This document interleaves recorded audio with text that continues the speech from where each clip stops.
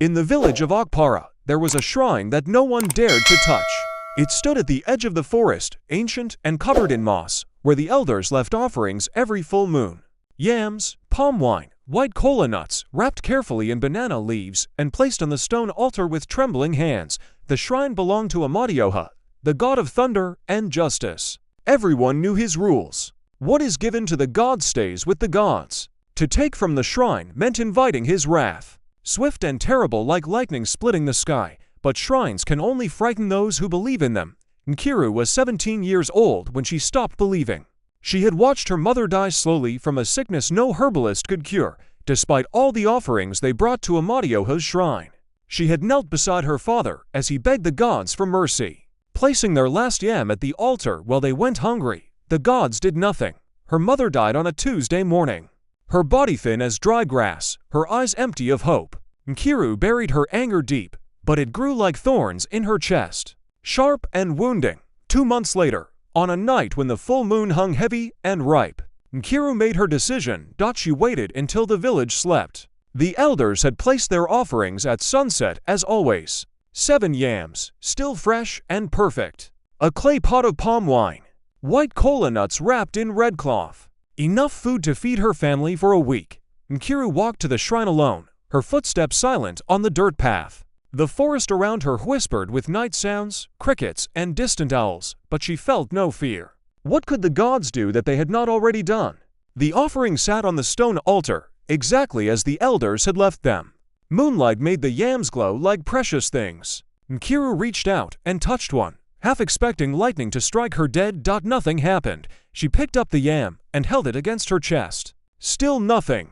The night remained quiet. The gods, if they were watching, said nothing. You took my mother, Nkiru whispered to the empty air. You let her suffer while we starved. Now I take what should have been ours. She gathered the yams into her wrapper, took the palm wine, stuffed the kola nuts into her pocket. Her heart pounded, but not from fear. From rage, from grief, from the bitter satisfaction of finally taking something back, she returned home and hid everything in the storage hut behind her father's house. That night, Nkiru cooked the yams, and for the first time since her mother's death, her family ate until they were full. Her father, Okafor, asked no questions. He was too tired from grief to wonder where the food came from.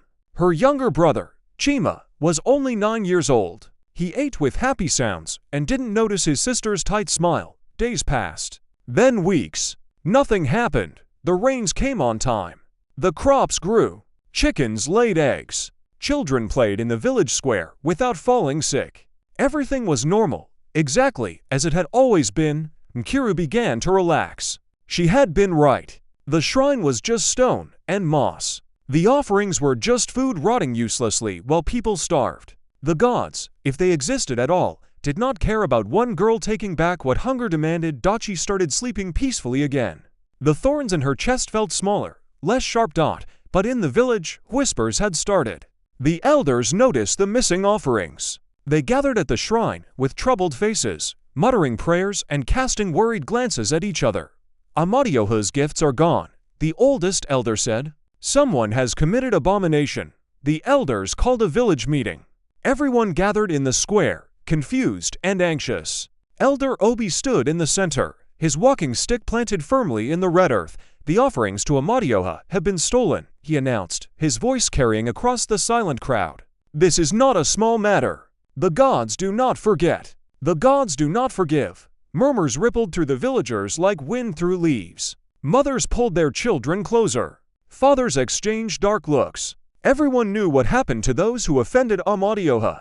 Stories passed down through generations spoke of lightning strikes, sudden deaths, entire families cursed. Whoever took from the shrine must confess, Elder Obi continued. Before the gods decide to punish us all for harboring a thief. Nkiru stood in the crowd, her face carefully blank. Her heart hammered against her ribs, but she kept her hands steady at her sides. Confess. Never. She would not beg forgiveness from gods who showed her family none. Around her, villagers shook their heads and whispered prayers of innocence. No one suspected the quiet girl who had recently lost her mother. Grief made people invisible. The meeting ended with warnings and worried faces, but no confession.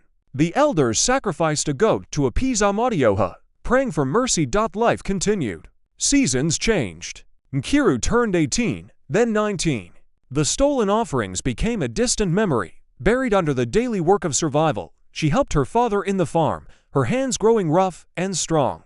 She learned to weave baskets that she sold at the market. She taught Chima his numbers and letters, making sure her brother would have the education poverty had stolen from her. Sometimes, late at night, she remembered that full moon and the feel of the yams in her arms. A small, hard part of her remained proud. She had taken from the gods and nothing bad had happened. She had survived. The village prospered. Harvests were good. No unusual sicknesses struck. No lightning fell from clear skies. The elders gradually stopped talking about the stolen offerings, though they placed extra gifts at the shrine. Just to be safe, Nkiru's father began to smile again. The grief lines around his eyes softened. He spoke of finding her a good husband, someone from a neighboring village with land and prospects. You deserve happiness, Okafor told his daughter. Your mother would want you to have a full life. Nkiru nodded and said nothing. She buried the memory of the shrine deeper, like planting a seed she hoped would never grow. When Nkiru turned 21, a trader came to Okpara. His name was Dubum, and he came from a large town 3 days' travel away. He was handsome, with easy laughter and clever hands that could fix anything broken. He saw Nkiru at the market and was captivated. She stood among her baskets, her face serious and beautiful, her movements efficient and graceful. He bought 3 baskets he didn't need just to talk to her. You have strong hands, Dubum said, examining her work. These baskets could sell for twice the price in my town. Nkiru raised an eyebrow. Then you should buy them all and make your profit. He laughed, delighted by her directness. I'd rather hire the weaver. Come to my town. You could have your own stall, make real money. She should have said no. Should have sent him away with polite words. But something in his smile reminded her that she was young. That life was more than grief and anger, and the shadow of a shrine she tried to forget. They courted properly, with Dubum visiting every market day, bringing small gifts and making Okafor laugh with stories from his travels. Within 6 months, they were married. Nkiru left Okpara on a bright morning, her belongings wrapped in cloth, her father's blessing warm on her forehead, Chima crying and clinging to her wrapper until she promised to visit. Dubum's town was called Umuse, and it was everything Okpara was not. Larger, busier, filled with strangers and opportunities. No one knew about her mother's death or the offering she had stolen. She could be anyone here, build any life she wanted. They lived in a small house with a corrugated iron roof that sang when rain fell. Dubum was kind, patient, making her laugh when the homesickness became too heavy. Nkiru set up her basket weaving business and found eager customers. Life was good. Better than good. For the first time since her mother's death, Nkiru felt something like peace settling into her bones. She became pregnant in her 2nd year of marriage. The news filled their home with joy. Dubum painted the walls fresh white, built a cradle from strong wood, sang to her growing belly about the son or daughter who would soon arrive. Nkiru placed her hand on her stomach and felt the baby move, a flutter like wings. She whispered promises. You will never go hungry. You will never watch me die because we cannot afford medicine. You will have everything I didn't, but happiness, like all things, must be paid for. The gods keep their accounts, even when we forget the debts we owe. Nkiru's labor started on a Tuesday morning, exactly 7 years after her mother had died. She didn't notice the timing. She was too consumed by the waves of pain crashing through her body. The midwife came, an old woman named Mama Ego with experienced hands and confident eyes. First babies take time, she said, settling in. Breathe through the pain. Your body knows what to do. Hours passed. The sun climbed high, then began its descent. Nkiru labored through the afternoon, through the evening, into the night. The pain grew worse instead of better. A grinding agony that seemed wrong, unnatural. Mama Ego's confident expression began to crack. The baby is stuck, she said quietly to Dubum. We need to take her to the hospital in the city. They carried Nkiru to Dubum's truck, her body slick with sweat, her screams echoing through the night. The drive to the city took 2 hours on bad roads, every bump sending fresh waves of pain through her. At the hospital, doctors with serious faces rushed her into a bright room. Dubum held her hand, his face pale with fear. The surgery saved her life, but took the babies. They brought her daughter out stillborn. A perfect little girl who had never drawn breath, whose eyes would never open.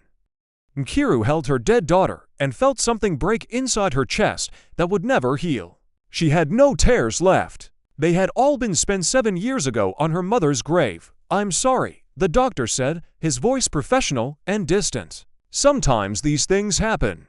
There was a knot in the umbilical cord. Nothing could have prevented it, but Nkiru knew better. Lying in that hospital bed, her arms empty, her body hollow, she remembered. The shrine. The offerings. The god she had stolen from while her mother's body was still warm in the ground. 7 years. Amadioha had waited 7 years. Long enough for her to find happiness, to build a life, to love something more than she loved her own breath. Long enough for the taking to hurt. Dubem wept beside her bed, his shoulders shaking. But Nkiru stayed silent, her eyes fixed on the ceiling, understanding blooming like poison in her mind. The gods had collected their debt. But they had taken interest too. They had taken everything. They buried the baby girl in Umuse, under a young mango tree. Dubem carved a small, wooden cross. Nkiru stood at the grave, dry-eyed and distant, while her husband sobbed prayers to God and Jesus and any spirit that might be listening. She wanted to tell him the truth. That Christian prayers would not help because this was not a Christian matter. This was older, deeper, rooted in the red earth of Akpara and the shrine she had violated. But how could she explain? How could she say, "I brought this on us. I killed our daughter 7 years before she was conceived. I thought I could steal from the gods and walk away free." So she said nothing. She let Dubem believe it was random tragedy, cruel luck, the mysterious ways of a distant god. They returned home to their small house. The white walls Dubem had painted seemed to mock them now. The empty cradle stood in the corner like an accusation. Nkiru tried to return to normal life. She went to the market, wove her baskets, spoke when spoken to. But something had gone dead inside her. She moved through the days like a ghost, present but not living.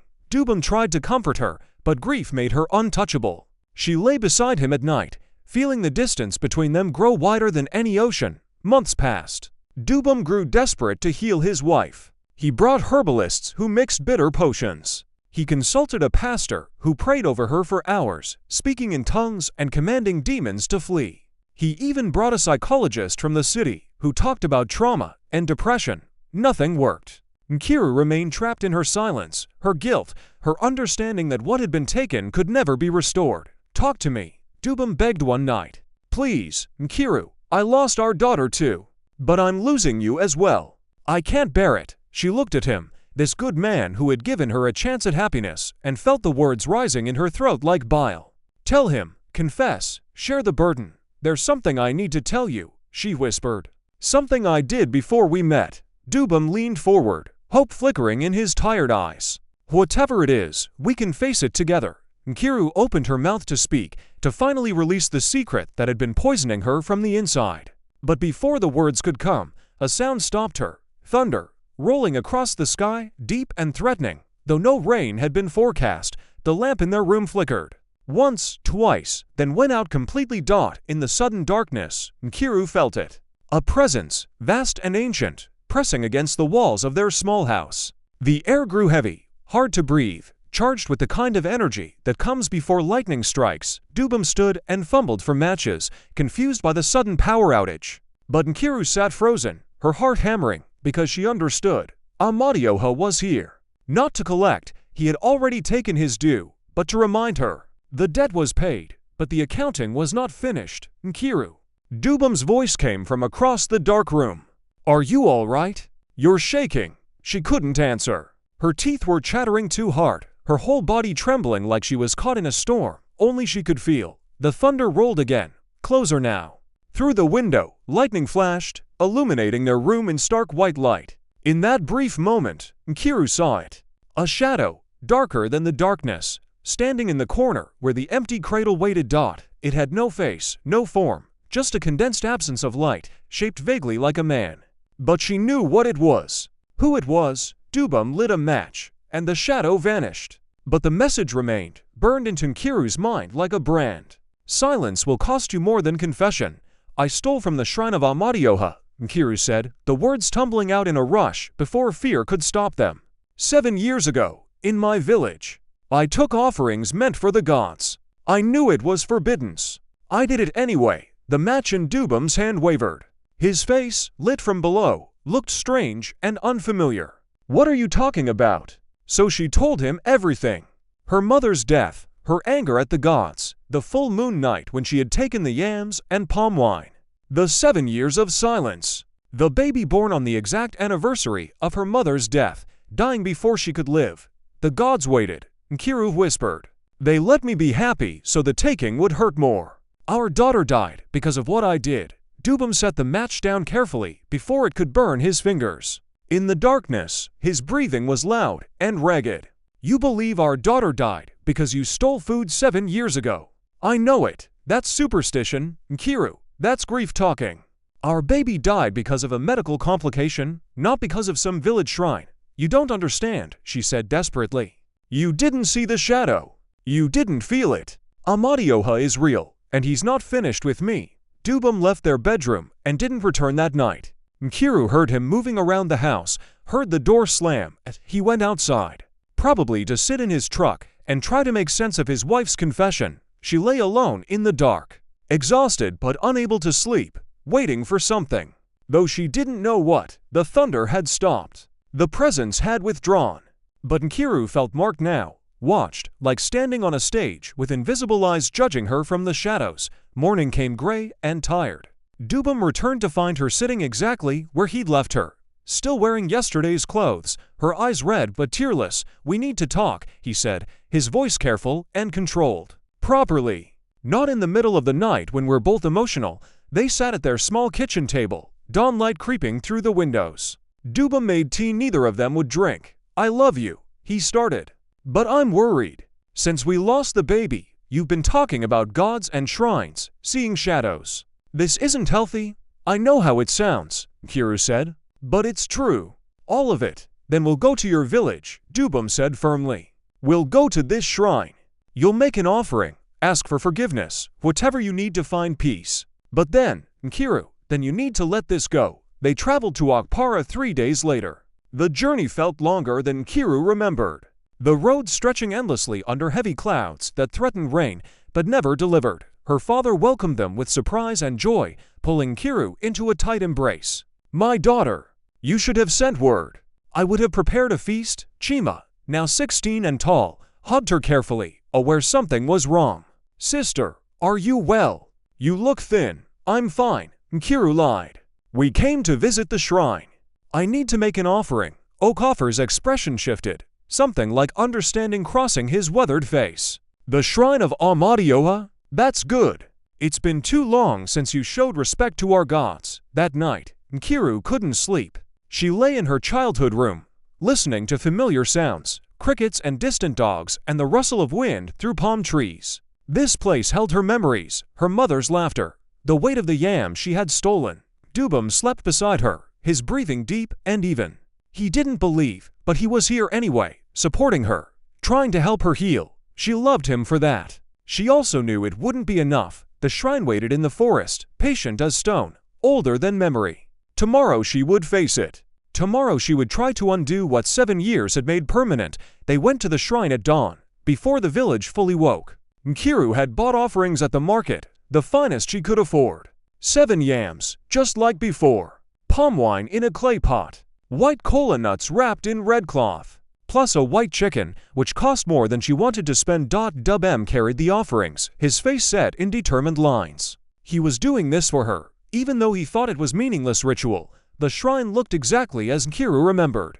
Ancient stone covered in moss and lichen, carved symbols worn smooth by time and weather. The altar where she had taken the offerings was empty now, waiting. Her hands trembled as she arranged the gifts. The yams in a circle, the palm wine poured into the stone bowl carved into the altar's surface, the kola nuts carefully unwrapped and placed in the center. "What do I do with the chicken?" she asked, her voice barely a whisper. "You sacrifice it," a voice said behind them. Nkiru spun around. Elder Obi stood there, older than she remembered, leaning heavy on his walking stick. He must have followed them from the village. "You came back," the elder said, his eyes sharp and knowing. "After 7 years. The gods have long memories, child, but they also have long patience." Elder Obi took the chicken from Dubum's hands. With movements practiced over decades, he slit its throat, letting the blood flow onto the altar stone. The chicken jerked and twitched, then went still. "Speak your confession," the elder commanded. "Amadioha is listening." Nkiru knelt in the red dirt before the shrine. Words she had rehearsed all night suddenly felt inadequate, too small for the weight of what she needed to say. "Great Amadioha," she began, her voice shaking. "I am Nkiru, daughter of Okafor, daughter of this village. 7 years ago, I stole from your shrine. I took offerings meant for you because I was angry. Because my mother died, and I blamed you for not saving her." Tears finally came, hot and bitter, running down her face. "I was wrong. I was foolish. I thought I could take from the gods without consequence. But you waited. You let me be happy. You gave me a husband and a child growing inside me. And then you took it all back." Thunder rumbled in the distance, though the sky above remained clear. "I understand now," Nkiru continued, her voice breaking. "I understand the debt was always going to be paid. But please, great Amadioha, please let it be finished. I have lost enough. I have learned my lesson." Silence fell. The forest held its breath. Elder Obi placed his hand on Kiru's bowed head. "The gods hear you, child. But hearing and forgiving are different things. Amadioha is the god of justice, not mercy. What was taken must be restored. How?" Nkiru looked up at him desperately. "My daughter is dead.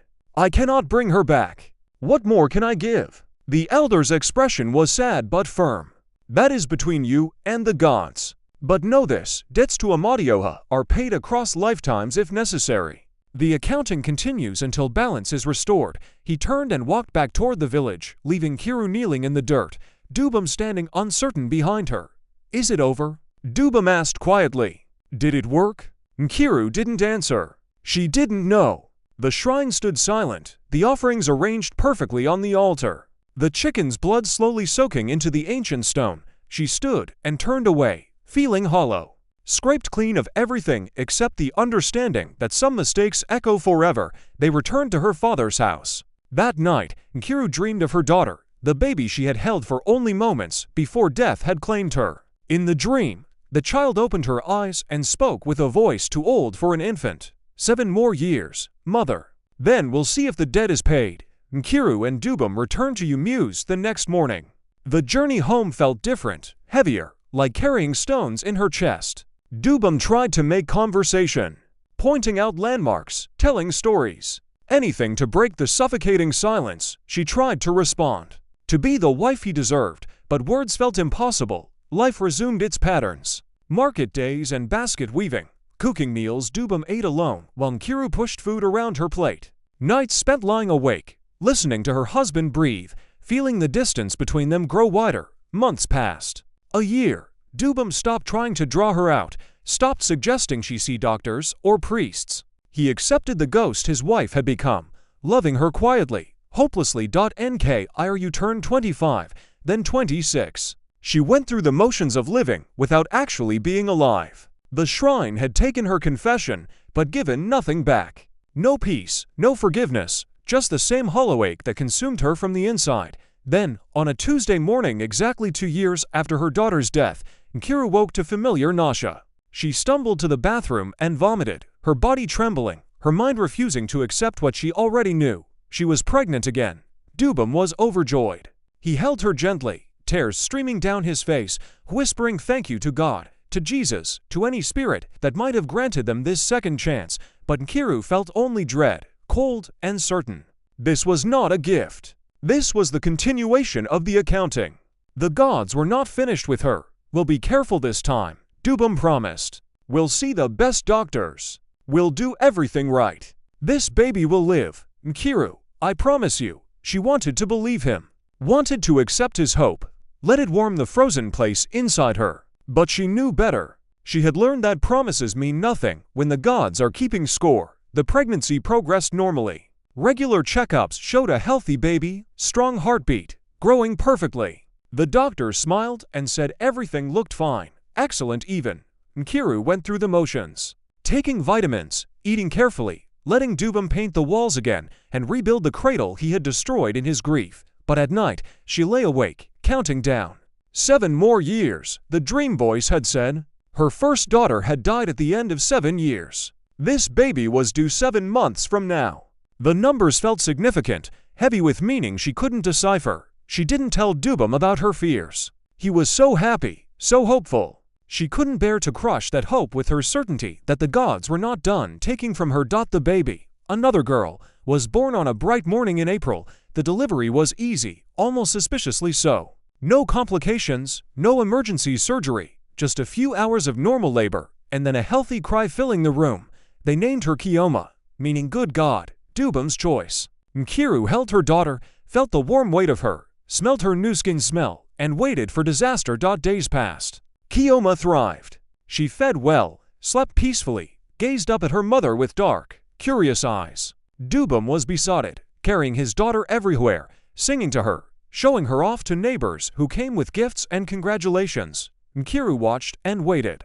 Surely this couldn't last. Surely the gods would take this child too, make her love, and then crush her again. But weeks became months. Kioma grew fat and healthy, laughing easily, reaching for bright objects with eager hands. She was perfect, whole, alive. Nkiru began to hope. Maybe Elder Obi was wrong. Maybe the confession had been enough. Maybe Amadioha had accepted her offerings and released her from the debt. She let herself love her daughter. Carefully at first, then with growing abandon. She nursed her, sang to her, counted her fingers and toes like prayers. This child would live. This child was her redemption. Kioma turned 6 months old, then 9, then 1 year. A healthy, happy toddler learning to walk, babbling almost words, filling their home with noise and joy. On Kioma's 2nd birthday, they traveled to Akpara for a celebration. Okafor was old now, his hands shaking, his eyesight failing. But he held his granddaughter with tears running down his weathered face. She has your mother's eyes, he told Nkiru, the same shape, the same light in them. The words struck something deep in Nkiru's chest. Her mother's eyes. She studied Kioma's face and saw it, the resemblance she had been too afraid to acknowledge. That night, the village gathered for the birthday feast. Music and dancing, children playing tag between the adults, Kioma laughing and clapping her small hands to the rhythm of the drums. Nkiru felt something she had not felt in years, peace. Not complete, not perfect, but real. The debt had been paid. The gods had released her. She had a daughter who lived, a husband who loved her, a father who was proud. She held Kioma close and whispered, "You are my second chance. You are proof that the gods can forgive." But as the celebration continued around them, dark clouds gathered on the horizon. Thunder rumbled in the distance, low and threatening. Nkiru looked up at the sky and felt her peace crack like thin ice. It was not over. The gods were not finished. She had been foolish to think 2 years meant the debt was settled. The next morning, Kioma woke with a fever. Nothing serious at first, just hot skin and fussiness. Nkiru gave her medicine, kept her cool with wet cloths, expected it to pass, but the fever climbed. By afternoon, Kioma was burning, her small body shaking, her eyes rolling back. They rushed her to the hospital in Umuse, Dubum driving too fast on dangerous roads, Nkiru holding her daughter and praying to every god she could name. The doctors ran tests. Malaria, they said. Severe but treatable. They started medication, hooked Kioma to 4 drips, monitored her carefully. Days passed in the hospital. The fever dropped, then spiked again. Kioma's small body fought, weakened, fought again. Nkiru never left her bedside, holding her daughter's hand, watching the machines that beeped and measured her life. She's strong, the doctors said. She's fighting. We're doing everything we can, but Nkiru saw what they didn't. The shadow in the corner of the hospital room, darker than darkness, patiently waiting. Amadioha had come to collect. Not all at once, not with lightning and thunder, but slowly, watching, giving her time to understand what was being taken and why. On the 7th day of Kioma's illness, exactly 7 years after Nkiru had stolen from the shrine, the fever broke completely. The doctor smiled and said the crisis had passed. Kioma recovered slowly but steadily. Within a week, she was eating again, smiling, reaching for her mother. Within 2 weeks, they brought her home. Dubum was elated, praising God and modern medicine. But Nkiru remained watchful, waiting. The shadow had not left. She felt it sometimes, at the edge of her vision, patient as stone. 3 months after Kioma's recovery, Nkiru woke from a dream, her heart pounding. In the dream, Elder Obi had spoken to her. The debt is paid in full. Not with death this time, but with fear. You were made to understand what you could lose. That is the final accounting. She got out of bed quietly, not waking Dubum, and went to Kiyoma's room. Her daughter slept peacefully, breathing soft and even. Nkiru knelt beside the small bed and finally understood. The gods had taken her first daughter as payment for the theft. But they had given her Kiyoma, allowed her to live, to grow, to thrive. Not as forgiveness, but as a lesson. She would spend the rest of her life knowing that her daughter's every breath was borrowed, that the gods could take her back at any moment. That was the true debt. Not death, but the eternal fear of death. Not loss, but the possibility of loss hanging over everything like a sword. Nkiru wept then, finally, completely. Not tears of grief, but of terrible understanding. Years passed. Kiyoma grew into a bright, healthy child, then a young woman. She never knew about the shrine or the debt or the 7 years of accounting. She lived free, unburdened by her mother's choices. Nkiru aged, her hair growing gray, her hands developing the same tremor her father's had. She watched her daughter live and was grateful, always grateful. Never taking a single moment for granted, Dubum never fully understood why his wife remained haunted. Why she sometimes woke screaming from dreams. Why she held their daughter too tight. But he loved her anyway, this complicated woman who had brought both joy and sorrow into his life. On Kiyoma's 20th birthday, Nkiru returned to the shrine alone. She brought offerings, simple ones, and knelt in the same dirt where she had knelt 14 years before. "Thank you," she whispered to Amadioha, "for the lesson, for my daughter's life, for teaching me that some debts are paid in understanding rather than blood." The shrine stood silent. But as Nkiru rose to leave, a breeze stirred the trees around her, gentle and warm. Carrying the scent of rain that would soon fall, she walked back to the village, to her father's house, to her daughter who waited. The debt was paid. The accounting was complete. And Nkiru had learned what the gods wanted her to know all along, that what we take from the sacred we pay for with our peace, our certainty, our ability to live without fear. The gods had waited 7 years to collect, and they had taken not just a life, but a lifetime of knowing what could be lost. That was justice. That was Amadioha's way. And Nkiru accepted it, finally, completely, and learned to live in the shadow of debts both paid and remembered.